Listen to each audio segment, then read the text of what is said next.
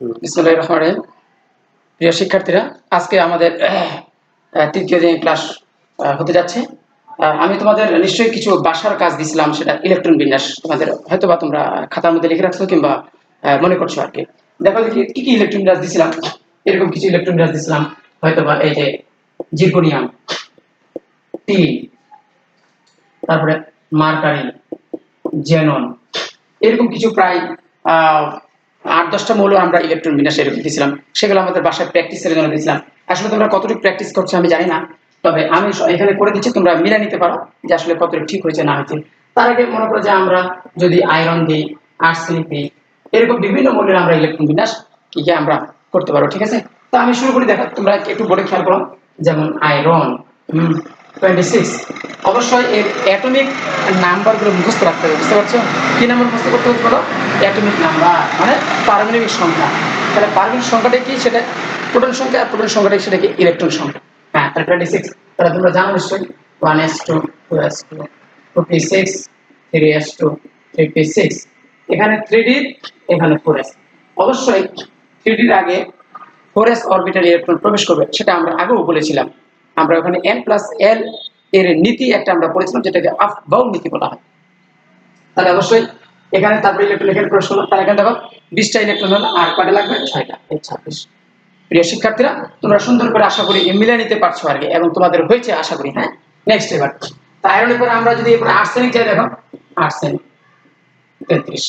Arsenic atom নম্বর কি বলো? Atomic number 33। এটা গুরুত্বপূর্ণ মৌল। বিভিন্ন এই যে পানিতে আর্সেনিক পাওয়া যায়। আর্সেনিক আসলে বিভিন্ন পরীক্ষায় আর্সেনিকের পারমাণবিক সংখ্যা আসে, আর্সেনিকের প্রতীক আসে। এটা গুরুত্বপূর্ণ মৌল। হ্যাঁ, তোমরা এটা উপলব্ধি করছো। তাহলে আর্সেনিক 33 আমরা একই নিয়মে ইলেকট্রন বিন্যাস করবো, একটু খেয়াল করো। তাহলে 1s2 2s2 2p6 3s2 3p6, এখানে 3d, এখানে 4s। তাহলে অবশ্যই এটা চাকে এটা প্রবেশ করবে। তাহলে এখানে প্রবেশ করলো, কয়টা হলো? 20টা। আচ্ছা, এরপর কয়টা ইলেকট্রন দরকার বলো? তাহলে 8, এখানে 10টা। তাহলে কয়টা হলো? 30টা হলো, আমাদের 33। তাহলে 4s এর পরে 4, তাহলে এখানে 3। তাহলে আমরা যদি স্তর বিন্যাস করতে চাই, এটা প্রথম স্তরে 2, দ্বিতীয় স্তরে 8, তৃতীয় স্তরে 18, পঞ্চম প্রথম, দ্বিতীয়, তৃতীয়, চতুর্থ। চতুর্থ কয়টা স্তর? 5। তাহলে এটা কে সেল, এটা এল সেল, এটা এম সেল, এটা এম সেল। তোমরা নিশ্চয়ই খেয়াল করেছো। তাহলে আমরা আর্সেনিক ইলেকট্রন বিন্যাস করছি, এবং তোমরা মোটামুটি তোমাদের খাতার মধ্যে তোমরা মিলিয়ে নিতে পারো যে তোমরা ঠিক করছো কিনা। আশা করি তোমাদের ঠিক হয়েছে, তাই না প্রিয় শিক্ষার্থীরা? তাহলে মোটামুটি আমরা কি করলাম বলো? আয়রন করলাম, আর্সেনিক করলাম। এরপর দেখো আমাদের, আমি অবশ্য স্ট্রনশিয়াম আরেকটা মৌল দিয়েছিলাম তোমাদের, দেখো দেখি। এরপর আমরা স্ট্রনশিয়াম করি, কেমন? এটা মিশাই দিলাম শিক্ষার্থীরা, একটু বলে খেয়াল করো। তাহলে আমরা স্ট্রনশিয়াম কত নাম্বার মৌল? 38 নাম্বার মৌল। আমরা আবার করি, দেখো। তাহলে 1s2 2s2 2p6 3s2 3p6, এখানে 3d 4s, তারপরে 4p। তাহলে এখানে কয়টা? 2টা, এখানে 10টা, এখানে 6টা। তাহলে কয়টা হলো? দেখা দেখি 30 36, তাই না? 4s। তাহলে 4s 4p, এখানে 4d, এখানে 5s। তাহলে অবশ্যই এটার আগে ইলেকট্রন এখানে প্রবেশ করবে। তাহলে এখানে যদি 38টা, এখানে 0। দেখা হলো কিনা? আচ্ছা, তাহলে শেষ স্তরে কয়টা ইলেকট্রন? শেষ স্তরে 2টা ইলেকট্রন, ঠিক না? তাহলে তোমরা খেয়াল করছো স্ট্রনশিয়ামের শেষ স্তরে 2টা ইলেকট্রন। এই জন্য এটা কত নম্বর গ্রুপ বলো? এটা 2 নম্বর গ্রুপ, তাই না?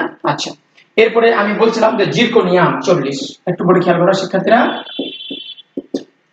জিরকনিয়াম বা জার্কনিয়াম বিভিন্ন বইতে লেখা আছে বিভিন্ন ভাবে, তোমরা খেয়াল করছো জিরকনিয়াম বা জার্কনিয়াম। তাহলে আমরা এখন একটা খেয়াল করি, দেখো 1s2 2s2 2p6 3s2 3p6, তারপরে 3d 4s 4p। তাহলে এখানে কত হচ্ছে? 4s2, তাই না? 3d 10, 4p6, তারপরে এখানে 4s 4p, তারপরে 4d, তারপর 5s, এখানে দুইটা। এখানে আমার 38টা হয়েছে, হিসাব করে দেখি 38টা। এভাবে আমরা একটু করলাম। তাহলে আর কত 2 বাড়বে? সেক্ষেত্রে আমরা এখানে 2 বসাবো। তাহলে আমরা দেখতে পাচ্ছি যেমন প্রথম স্তর, এটা দ্বিতীয় স্তর, এটা তৃতীয় স্তর, এটা চতুর্থ স্তর, এটা পঞ্চম স্তর। তাহলে এখানে 2টা, এখানে 8টা, এখানে 18টা। এখানে কত হয়েছে দেখো? 6 7 8 9 10। এখানে 10টা, এখানে 2টা। 10 দেখো ভালো করে লেখো 10। তাহলে কি হচ্ছে, এটা কে, এটা এল, এটা এম, এটা এন, এটা ও, কে এল এম এন ও। আচ্ছা শিক্ষার্থীরা দেখো, তাহলে আমরা স্ট্রাকচার পড়লাম, জিরকনিয়াম পড়লাম, ঠিক আছে। এরপরে আমরা যাব টিন। এই মৌলগুলো আসলে আমাদের মাঝে মধ্যে এগুলো মনে রাখতে হয়, কিংবা এগুলো একটা কালচার করতে হয় আর কি, ইলেকট্রন বিন্যাসটা। হ্যাঁ দেখো দেখি, এরপরে আমরা টিন ইলেকট্রন বিন্যাস করবো। দেখো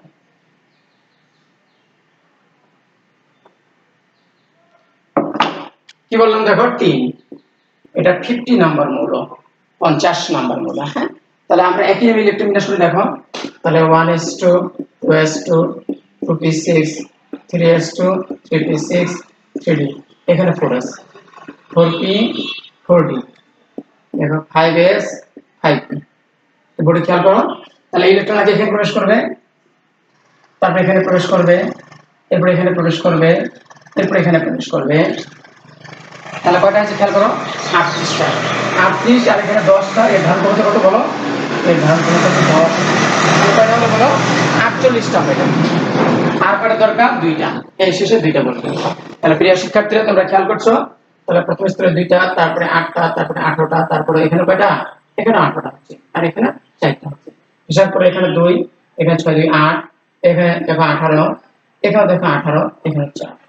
এটা শিক্ষার্থীরা, তাহলে মোটামুটি আমরা টিনের ইলেকট্রন বিন্যাস করে ফেললাম। কেমন, কত করলাম বলো দেখো, টিনের ইলেকট্রন বিন্যাস আমরা করে ফেললাম। এরপরে সম্ভবত আমি আরেকটা মৌল তোমাদের দিছিলাম, বেরিয়াম 56। খেয়াল করে দেখি, বেরিয়াম 56, তোমরা নিজেরাই করার চেষ্টা করে দেখি, পারবে করতে, বেরিয়াম 56। আচ্ছা তাহলে আমি দেখো আমি করে দিই, তাহলে তোমরা আমার সঙ্গে মিলে নিতে পারো। কতটুকু করছো তোমরা দেখো, 1s2 2s2 2p6 3s2 3p6 3d, 4s 4p 4d, 5s 5p 5d 6s, এভাবে আসবে দেখো। তাহলে তোমরা নিশ্চয়ই, আমরা তো ইউটিউবের কত 50 পর্যন্ত করলাম না, দেখো দেখি 50 পর্যন্ত, তাহলে আমাদের 56, তাই না।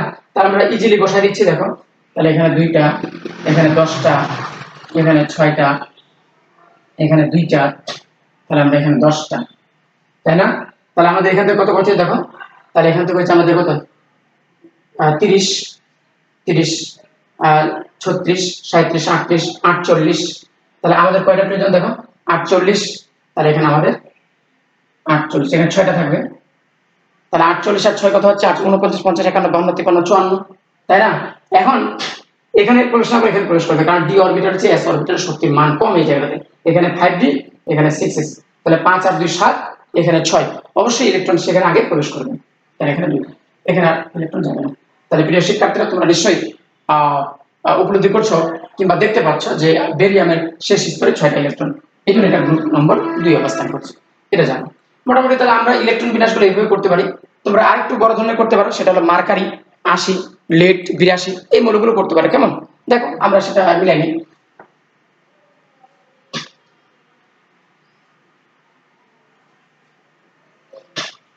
আমরা কি বললাম, এবার মার্কারি 80, বোর্ডে একটু খেয়াল করো, মার্কারি 80, এটা ইলেকট্রন বিন্যাস করি আমরা দেখো, তাহলে 1s2 2s2 2p6 3s2 3p6 3d10, একবারে বসাই দিই, 4s2 4p6 4d10। আচ্ছা 4d এর আগে অবশ্যই 4f, আচ্ছা দেখো 4d পরে 4f, এটা আমরা পরে বসাচ্ছি, একটু খেয়াল করো বোর্ডে, 4s 4p 4d 4f, তাহলে এখানে 5s2 5p6 5d 6s।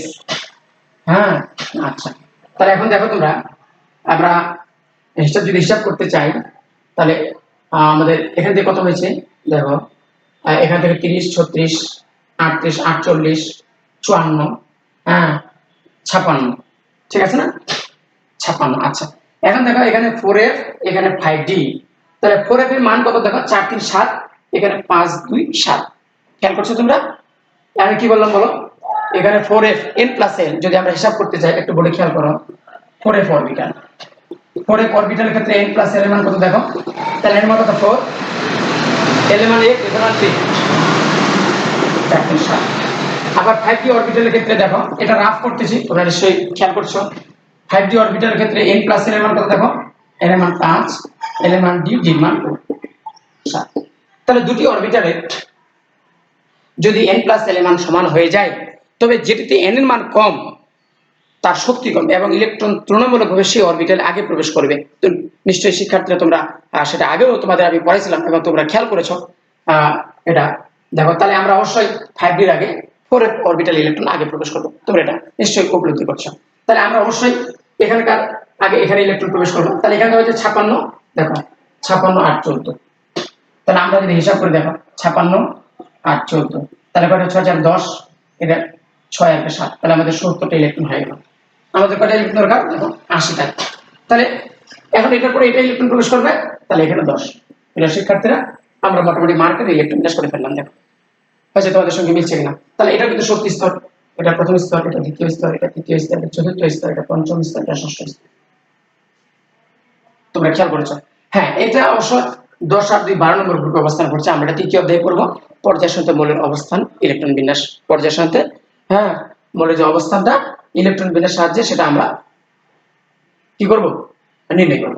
সেটা আমরা ওই অধ্যায়ে করব। তাহলে এখন আমরা এটা খেয়াল করছি যে মার্কেটটা এটা এখানে শেষ স্তর কয়টা? শেষ স্তর আছে 6। তাহলে এটা পর্যায় সারণীতে 6 নম্বর পর্যায়ে অবস্থান করছে। আচ্ছা, তাহলে মোটামুটি আমরা ইলেকট্রন বিন্যাস সাধারণ নিয়ম যেগুলো সেগুলো ইলেকট্রন বিন্যাস আমরা কি করলাম? শেষ করে দিলাম। এরপরে আমরা ব্যতিক্রম কিছু মৌলের ইলেকট্রন বিন্যাস আছে, যেটা আমি তোমাদের আগেও বলেছিলাম যে ইলেকট্রন বিন্যাসের সাধারণ নিয়মের ব্যতিক্রম। তোমরা লিখতে পারো, হ্যাঁ, ইলেকট্রন বিন্যাসের সাধারণ নিয়মের ব্যতিক্রম। লিখেছো কথাটা? আরেকবার বলছি, ইলেকট্রন বিন্যাসের সাধারণ নিয়মের ব্যতিক্রম। তাহলে দেখো তোমরা লিখেছো কথাটা, এই কথাটা তোমাদের অবশ্যই লিখতে হবে যে সমশক্তি সম্পন্ন, বলো সমশক্তি সম্পন্ন, সমশক্তি সম্পন্ন অরবিটাল সমূহ, সমশক্তি সম্পন্ন অরবিটাল সমূহ অর্ধপূর্ণ বা পরিপূর্ণ হলে, অর্ধপূর্ণ পরিপূর্ণ হলে সেই ইলেকট্রন বিন্যাস অধিগত সুস্থিতি অর্জন করে। সমশক্তি সম্পন্ন অরবিটাল সমূহ কি অর্ধপূর্ণ পরিপূর্ণ হলে সেই ইলেকট্রন বিন্যাস অধিগত সুস্থিতি অর্জন করে। এই কথাটা আমাদের লিখতে হবে। হ্যাঁ, আচ্ছা প্রিয় শিক্ষার্থীরা, তোমরা নিশ্চয়ই লিখতে পারছো। দেখো তাহলে কি কি মৌলের এই নিয়মটা সাধারণ ব্যতিক্রম ঘটে? আমি বললাম সাধারণ ব্যতিক্রম কি কি ঘটে। দেখো যেমন একটা হলো ক্রোমিয়াম 24, খেয়াল করছো তোমরা? ক্রোমিয়াম 24। আর কি মূল আছে দেখো? কপার 29। এরপরে দেখো মলিবডেনাম 42। এরপরে দেখো সিলভার 47। এরপরে দেখো গোল্ড 79। তাহলে আমরা এই মৌলগুলো সাধারণভাবে ব্যতিক্রম ঘটছে। কি কি বললাম দেখো? Chromium, copper, molybdenum, silver, gold. আমরা এই ব্যতিক্রম মৌলের ইলেকট্রন বিলাসগুলো করব। কোথায় কিভাবে ব্যতিক্রম হচ্ছে সেটা আমি একটু বোর্ডে খেয়াল করছি। দেখো তোমরা লিখতে পারছো শিক্ষার্থীরা? দেখো এখন তাহলে আমরা ক্রোমিয়াম, তাহলে ক্রোমিয়ামের ইলেকট্রন বিন্যাস আমরা যদি করতে চাই স্বাভাবিক নিয়মে 1s2 2s2 2p6 3s2 3p6, এখানে 3d এখানে 4s। তাহলে সাধারণ নিয়মের কি ক্ষেত্রে হবে? অবশ্যই ইলেকট্রন এখানে আগে প্রবেশ করবে, এখানে 20টা এখানে 4টা। এটা হওয়া উচিত, কি বলো? এটা হওয়া উচিত, কিন্তু এটি সঠিক নয়। এটা কি নয়? সঠিক নয়। কারণ আমরা একটু আগে জানলাম যে প্রায় সমশক্তি সম্পন্ন অরবিটাল সমূহ অর্ধপূর্ণ পরিপূর্ণ হলে সেই ইলেকট্রন বিন্যাস অধিগত সুস্থিতি অর্জন করে। এর ফলে এখানে ক্রোমিয়ামের 4s অরবিটাল থেকে একটি ইলেকট্রন 3d অরবিটালে আসে, 3d অরবিটালে স্থিতিশীলতা পূর্ণ করে বা অর্জন করে। কি বললাম কথাটা বলো? যে আমরা ক্রোমিয়ামের 4s অরবিটাল থেকে একটি ইলেকট্রন 3d অরবিটালে এসে 3d অরবিটালে স্থিতিশীলতা অর্জন করে। এর ফলে আমরা দেখো তখন আমাদের 4s1 3d5 কি হবে বলো? 4s1 3d5। তাহলে ক্রোমিয়াম দেখো আমরা যদি লিখতে চাই 1s2 2s2 2p6 3s2 3p6, এখানে 3d5 4s1, কি হলো দেখো? 3d5 4s1। এটা হলো সঠিক ইলেকট্রন বিন্যাস। আমাদের ক্রোমিয়ামের ইলেকট্রন বিন্যাসটা এই নিয়মে করতে হবে। তাহলে এটা সঠিক নয়, এটা সঠিক। প্রিয় শিক্ষার্থীরা, তোমরা অবশ্যই সেটা খাতার মধ্যে হ্যাঁ লেখো। লিখতে পারছো তোমরা? আচ্ছা দেখা যাক। তাহলে ক্রোমিয়ামটা মোটামুটি আমরা কি করলাম? শেষ করলাম। এরপর আমরা কি লিখবো দেখো? কপার, একই নিয়মে কপার। ওটা খেয়াল করে একটু, কপার। তাহলে 1s2 2s2 2p6 3s2 3p6, এখানে 3d, এখানে 4s। তাহলে অবশ্যই দেখো কপারের ক্ষেত্রে তাহলে কি হওয়া উচিত, তাহলে এখানে ইলেকট্রন আগে প্রবেশ করবে, এখানে 2, এখানে 29, তাহলে এটা হওয়া উচিত, কিন্তু এটা সঠিক নয়। কি লিখবো আমরা দেখো, সঠিক নয়। তাহলে সঠিক কোনটা বল দেখো, সঠিক কোনটা, অবশ্যই 4s অরবিটাল থেকে একটি ইলেকট্রন 3d অরবিটালে এসে 3d অরবিটালের স্থিতিশীলতা অর্জন করে, সেক্ষেত্রে তখন 3d10, কারণ 3d5 এবং 3d10 এটা অধিক স্থিতিশীল। তাহলে ইলেকট্রনটা কোথা থেকে আসবে বলো, 4s অরবিটাল থেকে ইলেকট্রনটা 3d অরবিটালে আসে, এর স্থিতিশীলতা অর্জন করে। দেখো তাহলে 1s2 2s2 2p6 3s2 3p6, তাহলে এখানে 3d10 4s1। তাহলে এখানে তোমরা দেখতে পাচ্ছ যে কপারের ইলেকট্রন বিন্যাসটাও, হ্যাঁ, এটাও সাধারণভাবে ব্যতিক্রম ঘটছে। এটা হলো সঠিক, এটা সঠিক নয়, বুঝতে পারছো। একই নিয়মে মলিবডেনাম, একই নিয়মে কেউ দেখো মলিবডেনাম, তাহলে এটা তোমরা খেয়াল করছো খাতার মধ্যে লেখ, কেমন।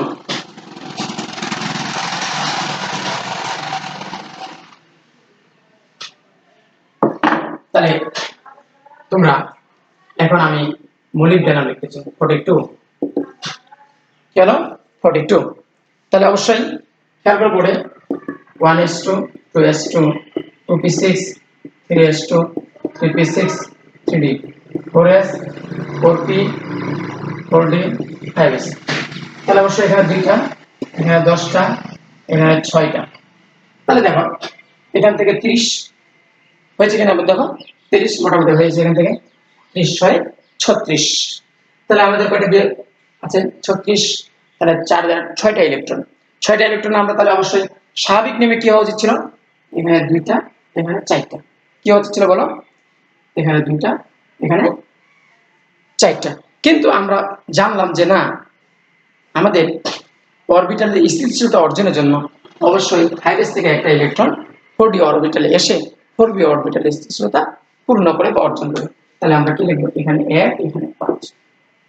একই নিয়মে সিলভার 47, একটু করে খেয়াল করো, সিলভার 47, তাহলে আমাদের কি হবে দেখো, এখানে এখানে 46 ছিল, এক্সকিউজ মি, এখানে কি ছিল বলো, 30 36 ছিল, তাহলে এখানে আমাদের স্বাভাবিক নিয়মে কি হওয়া উচিত ছিল, এখানে 2 হওয়া উচিত ছিল, এখানে 9 হওয়া উচিত ছিল, এখানে 2 এখানে 9, কিন্তু এটা সঠিক নয়, কারণ আমরা একটু আগে যে কথাটা জানলাম যে ব্যতিক্রম সাধারণ নিয়মের ব্যতিক্রম, সেক্ষেত্রে আমরা কি লিখবো, এখানে 1 আর এখানে 10, একটু করে খেয়াল করো, তাহলে আমরা লিখবো 1s2 2s2 2p6 3s2 3p6 3d10 4s2 4p6 4d10 এইগুলো মোটামুটি, আর একটা হচ্ছে গোল্ড 79, এইগুলো মোটামুটি আমাদের স্বাভাবিক নিয়মের ব্যতিক্রম। আরো কিছু মৌলের ইলেকট্রন বিন্যাস ব্যতিক্রম রয়েছে, যেমন ল্যান্থানাম, যেমন অ্যাক্টিনিয়াম, তারপরে 43 44 45 46, এই যে মৌলগুলো আছে সেগুলোর ব্যতিক্রম মৌলের ইলেকট্রন বিন্যাস রয়েছে। আশা করি আমরা এরপরে ক্লাসে ইনশাল্লাহ আল্লাহ যদি আমাদের সুস্থ রাখে, সবাই যদি মোটামুটি আমরা ক্লাসে উপস্থিত থাকতে পারি, তাহলে মোটামুটি আমরা ক্লাসগুলো কি এগুলো কভার করতে পারবো। তাহলে ইলেকট্রন বিন্যাস শেষ করার পরে আমাদের আপ বাউ নীতিটা মোটামুটি এক পর্যায়ে শেষ। এরপরে কিন্তু আমাদের আয়নের ইলেকট্রন বিন্যাস রয়েছে, আয়ন, একটা ক্যাটায়ন, একটা অ্যানায়ন। ক্যাটায়ন সম্পর্কে তোমাদের জানা আছে, যেটা ইলেকট্রন ত্যাগ করে সেটাকে আমরা ক্যাটায়ন বলবো, আর যেটা ইলেকট্রন গ্রহণ করে সেটাকে আমরা অ্যানায়ন বলবো। ইলেকট্রন ত্যাগ করা মানে যেমন সোডিয়াম, যদি একটা ইলেকট্রন ত্যাগ করে ফেলে সোডিয়াম প্লাস হবে, সেটাকে আমরা ক্যাটায়ন বলবো। তাই একটা ইলেকট্রন ত্যাগ করা মানে সেটা নিয়নের ইলেকট্রন বিন্যাস অর্জন করা, সেক্ষেত্রে আমরা সোডিয়াম প্লাসের ইলেকট্রন বিন্যাস করে ফেলতে পারি। ঠিক একই নিয়মে magnesium, aluminium, potassium, calcium, iron Fe2+, iron Fe3+, chromium 3+, copper 1+, copper 2+, zinc 2+, এরকম অনেক মৌলের ক্যাটায়নের ইলেকট্রন বিন্যাস আছে, এটা আমরা আগামী ক্লাসে করব প্রিয় শিক্ষার্থীরা। এরপর আমাদের অ্যানায়ন আছে, একই নিয়মে করব। তাহলে ক্যাটায়নের ইলেকট্রন বিন্যাস, অ্যানায়নের ইলেকট্রন বিন্যাস, তবে ব্যতিক্রম মৌলের ইলেকট্রন বিন্যাস আমরা আরো কয়েকটা করব। এরপরে মানে এই ব্যতিক্রম মৌলের ইলেকট্রন বিন্যাসগুলো করার পরে তারপরে আমরা কি করব, ক্যাটায়ন ইলেকট্রনিক্স, অ্যানায়ন ইলেকট্রনিক্স। এইগুলো ইলেকট্রনিক্স শেষ করার পরে আমাদের হুন্ডের নীতি আছে, পাউলির বর্জন নীতি আছে।